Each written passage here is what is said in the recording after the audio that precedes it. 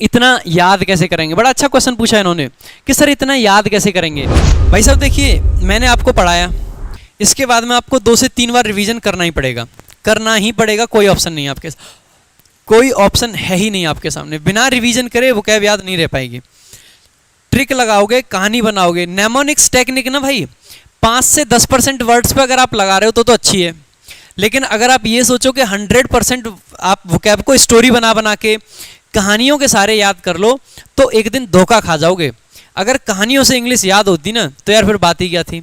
कहानियों से एक लिमिट तक याद हो सकते हैं, मैं नहीं कह रहा हूँ कि कहानियाँ खराब है, एक लिमिट तक तो याद कर सकते हो। सारी की सारी वोकैब कहानियों के सारे याद करोगे तो कहानियाँ इतनी हो जाएंगी कि वोकैब छोटी लगने लगेगी। अरे कहानियाँ याद करने थोड़ी ना आए हैं, इंग्लिश पढ़नी है, इंग्लिश के यूसेज पढ़ो।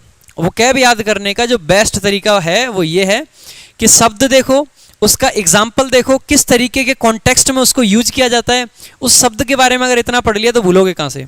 उस पर क्वेश्चंस करो, सिंपल, सबसे सही लॉजिक यही है। 5-6 बार रिवाइज करो, बात खत्म।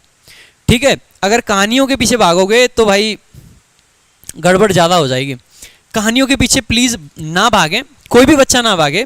कहानियों के पीछे भागना पागलपंती होती है यार, सच बता रहा हूँ। कहानियों के पीछे भागना सबसे बड़ी पागलपंती होती है।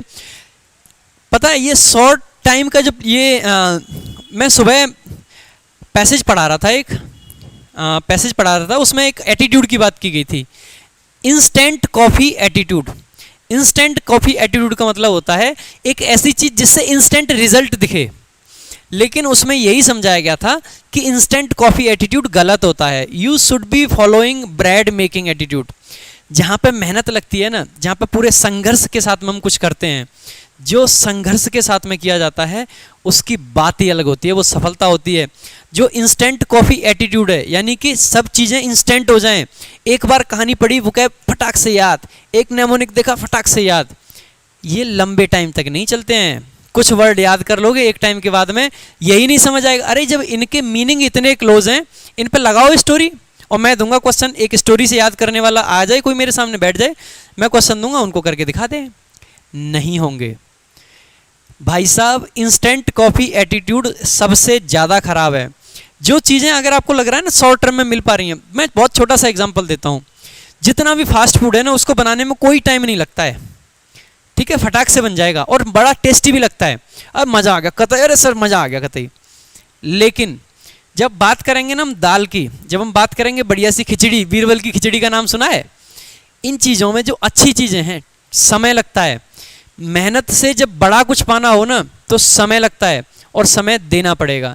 अगर आज आप इंस्टेंट चीज़ों के पीछे भागे, यकीन मानिए लाइफ में जितना आप हासिल कर सकते हैं उतना नहीं कर पाएंगे। जो इंस्टेंट वाला जो सुख होता है ये सबसे गंदा सुख होता है। ये आपके लंबे समय में, जो लंबे कैरियर में आप बहुत कुछ हासिल कर सकते हो, उससे रोक देता है आपको। कभी भी इस चीज़ के पीछे मत भागना, हमेशा मेहनत करने से डरो मत। सीना चौड़ा करके मेहनत करनी है, किसी की कोई चोरी थोड़ी ना कर रहे हैं यार।